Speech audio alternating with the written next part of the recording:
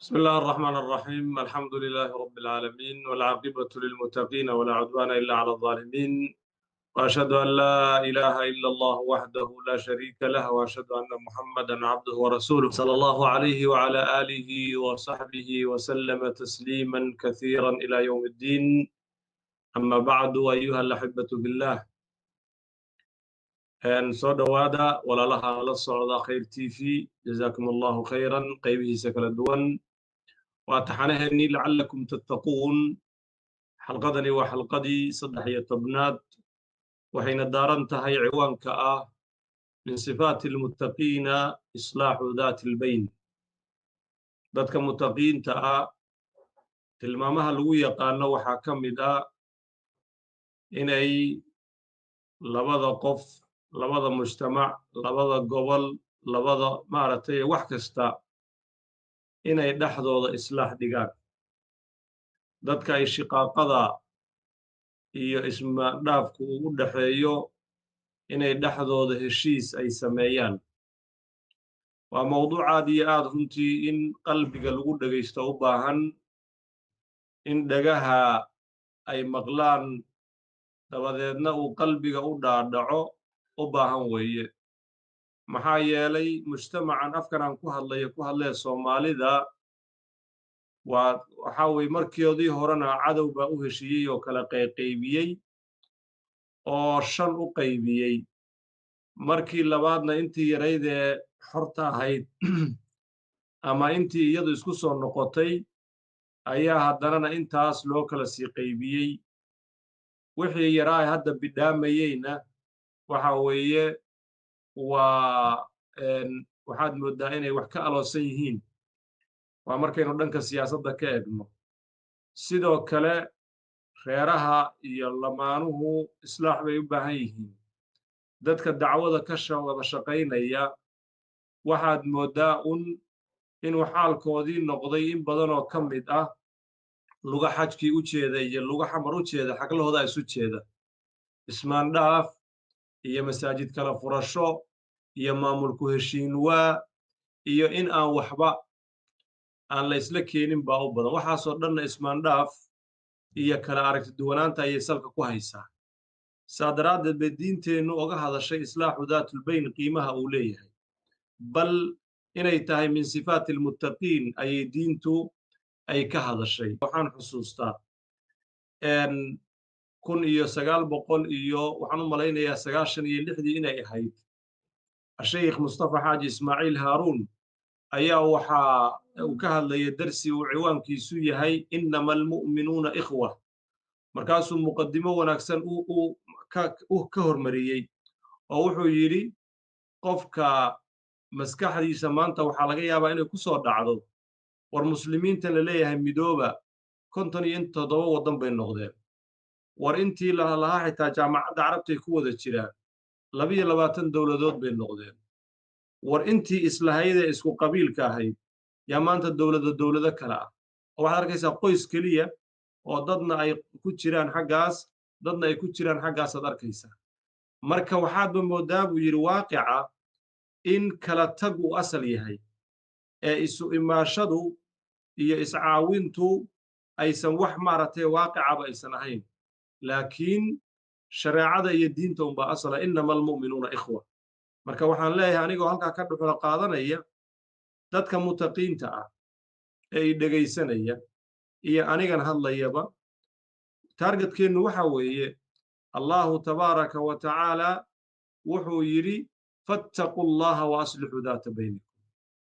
fattaquu llaha waaslixuu daata baynikum waatiicu llaha warasuulahu in kuntum mu'miniin ilaahay ka baqa dhexdiinnana hagaajiya ilaahay ateeca rasuulkiisana ateeca in kuntum mu'miniin waa haddii aad mu'miniin tihiin aayad dambe oo ka dambaysay oo nasakhday ma jirto aayaddan innagaynala hadlaysaa rabbigeen xaggiisayna ka ahaatay jalla jalaaluhu fattaquu llaha wa aslixuu daata baynikum wa atiicu llaha warasuulahu in kuntum mu'miniin waxaan xusuustaa oo aayaddan mar kastoon akhrinayaan soo xusuustaa alwaalid asheekh cumar alfaaruuq raximahu llahu raxmatan waasica mararkii ugu dambaysay وحالة الصومالي وحلقة ويديني محا صومالي حالك هذا محاد أركتا وحو أورنجري حالك صومالي دو عديهي وفاتقوا الله وأصلحوا ذات بينكم وأطيعوا الله ورسوله إن كنتم مؤمنين حلقة وحل قاسي إنه حل نكفي عنا ما أنت ترى محو أورن لها مركا فاتقوا الله وأصلحوا ذات بينكم وأطيعوا الله ورسوله إن كنتم مؤمنين وحين تصيسا تلمامها متقين وحاكم إذا إصلاح ذات البين أيها الأحبة بالله أيضا محين كفائدين أهمية التقوى للمؤمن أرتا متقين قفك مؤمن تقوى ذا أهمية دا يقول هذا هاي أو فاتقوا الله بالغب بالله بي هدان تقوى لهلين إصلاح متشرو هدان تقوى لهلين طاع الرب متشرتو هدان تقوى لهلين راعي الرسول متشرتو هدان تقوى لهلين إيمان متشريو انت هذا محاد كفائدي سنيسا إريد آيات ويكا كوبانتا فاتقوا الله وكو وأصلحوا ذات بينكم وأطيعوا الله ورسوله وقرم انت أدعي إن كنتم مؤمنين أهمية التقوى للمؤمن الله كعبسك قفك مؤمن كأهمية دولي هي آيات دا أي نوشيغيسا لبو التقوى تتمثل بامتثال أوامر الله واجتناب نواهيه حلقة وقفك إنو يلاهدو dadkii waa kala siyaasad waana kala aragti waana maaragtay islamana keenayo in la heshiiyo wayba adag tahay maxaad ka wadaa sidaas horta taqwadu waxa weeye marka koobaad amarka alle oo la fuliyo amarka alle oo la fuliyo iyo wixii uu reebay oo laga tago hadalka in badan baynu ku celcelinay laakiin mawduuceennan islaax daatil bayn markaynu arrinkaasi u adeegsanayno waxaa weeye horta ilaahay baa ina amray fattaqullaha taqwada waa amar ilaahay wa aslixuuna waa ficul amar war hagaajiya marka in la kaco oo cumaamadda la tuuro oo calan cad la qaato oo la yidhaahdo war bal marka hore horta islaax daatilbayn aynu gogol dhigno oo aynu maaragtay heshiiska ka shaqaysiina waa sulxu khayr waa amar alle amarka ilaahay ama ku guulayso ama ha ku guulaysanine amarka ilaahay inaad fuliso waa biyo kama dhibcaan marka amarka ilaahay oo la fuliyo ayay ka mid tahay in islaax daatilbayn lala yimaado laakiin ayuha alaxibatu fillah wa min lawaazim attaqwa islaax daatilbayn alla ka cabsigan amarka ilaahay aan fulinayno waxaa ka mid ah in aynu dhexdeenna sulxi iyo khayr inaynu ka shaqayno sidaa daraaddeed wallahu tabaaraka wa tacaala wuxuu amray muttaqiinta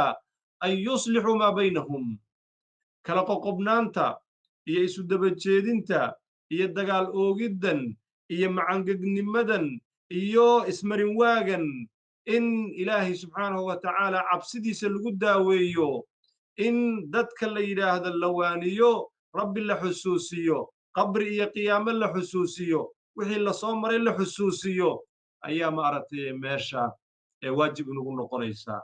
iyo wa xusnulkhuluq iyo walcaf in la iscafiyo iyo in si wanaagsan loo wada dhaqmo ayaa meesha markaasi imanayso wallahi alladii laa ilaaha illaa hu haddii aan laysu tanaazulinna heshiis ma imanayo islaax bayna almu'miniin ma imanayo haddii aan laysu tanaazulin haddii aan taacada rabbi la laazimin iyo taacada rasuulka ayaa wuxuu gaadhsiiyey midnimada mu'miniinta mid weli ah oo qiimo badan hadduu idin yimaado qofku dooni ha ahaado hadduu mid idin yimaado idinkoo amarkiinna uu hal mid yahay faqtuluu oo doonayo inuu idinkala geeyo faqtuluuhu dila oo kaa madaxa jara hadda waa nin wanaagsan waa nin qiimo badan laakiin wuxuu doonayaa dadkan inuu kala geeyo oo tafaraarq dhexdooda uu ku sameeyo dila ayuu yidhi nabigu sala allahu calayh wasalam intaa maxaa la doonayaa in lagu fahansiiyo midnimada mu'miniintu inay biyo kama dhibcaan tahay ma aha soomaali oo keliya midnimada inta tidhaahda laa ilaaha ila allahu muxammadun rasuulullah in maaragtay la yidhaahdo in midnimadooda la ilaaliyo in isu keenidooda la ilaaliyo iimaan bayse ku xidhan tahay in kuntum mu'miniina xaqa sheegasho lama rabo anugu diintayda waa ab iyo aabba ka soo gaadh hadday run tahay mu'minku waa mu'minka kale walaalkii maxaa yeelay iimaanka ayaa sidaa keensanaya ayuha alaxibatu billah waaqiceenna oo ahaan in badan ka hadallay haddaad u fiirsato waxaa weeye mujtamaceennu wuxuu ku dhacay aayaddu wixii ay ka digaysay xaqiiqatan waa la isu daba jeediyey shaydaan baa dhexdeenna ka shaqaystay cadaawad iyo baqdaa iyo taqaatuc iyo xuruub ahliya ayaa timid dagaal sokeeye ayaa yimid dawlad jirtay waxay dooni ha ahaatee ayaa lagu qamaamoo qabaa'il lagu dumiyey 30 sano iyo 40 sanaynu ku soconnaa hadda xoogay baa waxbaa noo bidhaamayey intaan lahayn war khayr aynu u beddelno oo aynu kitaabka ilaahay iyo sidii loo dhaqangelin lahaa iyo sunnada rasuulka calayhi salaatu wasalaam ayaa intii hadda xoogay soo kabanaysayna aad mooddaa inay gacmo shisheeye iyo jahla abnaa'ihaa dadkeedii oo aan maaragtay wacyigooda uu kacsanayn in maanta ay xaaladdeedu khatar tahay baad mooddaa waxaa marka loo baahan yahay qof kasta oo idhegaysanaya qof kasta oo idhegaysanaya horta inuu waddankii u duceeyo inuu dadka u duceeyo diinta iyo dacwadana inuu gacantiisa ka geysto gurigiisa inuu ka bilaabo dariskiisa inuu ku xujiyo guruubiyada uu ka shaqaynaya dacwada inuu ku xujiyo oo arrinkan isaga alla ogaado fattaqullaha wa aslixuu daata baynikum wa atiicu allaha wa rasuulahu in kuntum mu'miniin aayadda in manhaj laga dhigto albaabka guriga markii la soo gelayo darbiga in lagu dhejiyo albaabka inay ka muuqato ayaa la doonayaa tarbiyadu waa wax la wadaago waa wax ficil iyo sharxid u baahan waa wax u baahan ficil iyo in la dhaqan geliyo intaba u baahan weeye ayuha alaxibatu billah ilaahay aynu u toobadkeenno allah tabaaraka wa tacaala aynu u noqonno aayaddanna way inugu dulman tahay aynu dhuuxno islaax daatulbaynna aynu ka shaqayno quluubta ha isu soo jeedsato raddulmadaalim dulmiga ha la celiyo waxyaabaha aan heshiiska laga qaadan karin waa in meesha ay ka baxaan adoo gurigaygii anigu aan lahaa dhex deggan oo haysta aan heshiinno kaa dhegaysan maayo waxyaabaha marka heshiiska diidaya waa in maaragtay la celiyaa raddulmadaalim waa in la celiyaa guryaha dadkoodii waa in loo celiyaa hantidii dawladda waa in dawladdeedii loo celiyaa dulmiga waa in la joojiyaa erayada xanafta leh ee miidiyaha la isu marinayo waa fasaad daatulbayn aayadduna waxayna amraysaa islaaxu daatulbayn waxaa wanaagsan afkaada inay ka soo baxdo soomaaliya ee heshiinno soomaaliya aan isu nimaadno soomaaliyay caqligu ha shaqeeyo laakiin maanta in la yidhaahdo haddii sidaa la yeeli waayo ma soconayso ku qadimayside wax soconaya ma aha waa wixii dalkeennii burburiyey ilaahay aynu ka baqno siyaasiyiintu ilaahay ha ka baqeen culummadu aayaddan si gooni ah oga hadleen insha allahu tabaaraka wa tacaala aqoon-yahanku aayaddan durarka iyo xikamka ku jira ha la soo baxo biidni illaahi tabaaraka wa tacaala saxaafadda iyo warbaahinta si wanaagsan doorkooda ha u qaadato odayaashu ha dhaqaaqeen fattaquu llaha wa aslixuu daata baynikum wa atiicu llaha wa rasuulahu in kuntum mu'miniin wallaahi waynu heshiin karnaa wa billaahi waynu heshiin karnaa wa tallaahi waynu heshiin karnaa xigtiya xigaalaynu nahay intaa qaylinaysa qaarkood badan ganacsi baa ka dhaxeeya qaarkood oo badan goobo waxbarashaa ka dhaxaysa masaalix gaaraha ka dhaxaysa laakiin waxa weeye buunka la afuufayo iyo danaha shisheeye ee waddankeennii sidaa u soo ma aragtayay inuu dumiyo doonaya ayaa waxa weeye indha tiraysa waxaa kaloo in badan oo iska aamusan oo la doonayo in ay hadlaan oo ay dibadda u soo baxaan oo ay xaqa caddeeyaan oo ay yidhaahdaan laa in badanna way soo baxday in kalena waa la doonayaa waxaa loo baahan yahay walaalayaal waxaa loo baahan yahay inuu taxaakum jiro inay marjiciyo jirto soomaali meeshay ka heshiin la'dahay ciidan xoog leh oo heshiisiyo ninkii waddanka shuruucdiisa ku xadgudba soo qabtana male marjic diineed oo loo noqdo oo qofkii tallaabo inuu diintaba ka baxayo la ogaado loo noqdona male siyaasad marjic lahoo maanta la isku waafaqsan yahay oo ninkaasaa oday noo ana dhaalimba ha ahaadee male aqoonyahan maanta aqoontiisa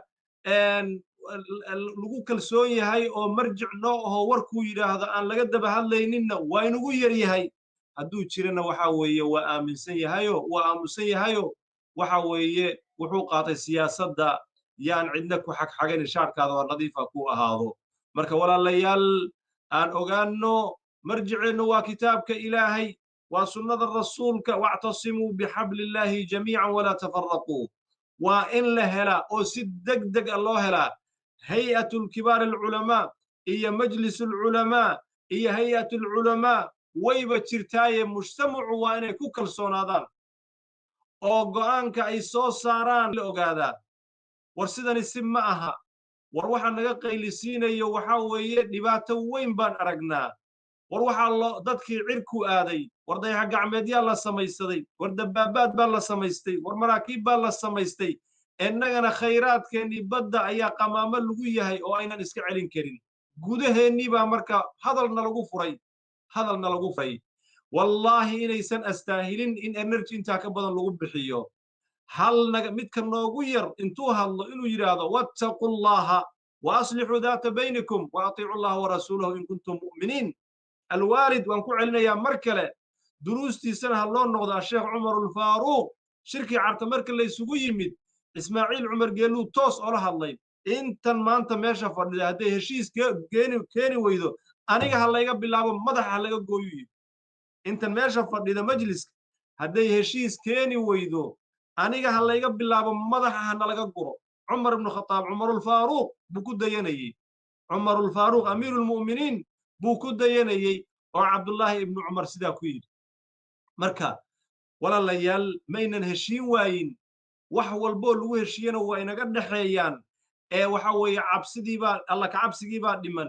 iimaankeennii baa hoos ah niyaddii baan daacad ahayn ee intaba aan samayno fattaquu allaha wa aslixuu daata baynikum wa atiicu allaha wa rasuulahu in kuntum mu'miniin ilaahu nagu anfac allahuma ajcalna miman yastamicuuna alqawla fayattabicuuna axsanah ayuha alaxibatu fillah intaynooga kulmi doono xalqada 14aad waa walaalkiin cabdullaahi xambali xaaji cabdisultaan oo idin leh fattaquu allaha wa aslixuu daata baynikum wa atiicu allaha wa rasuulahu in kuntum mu'miniin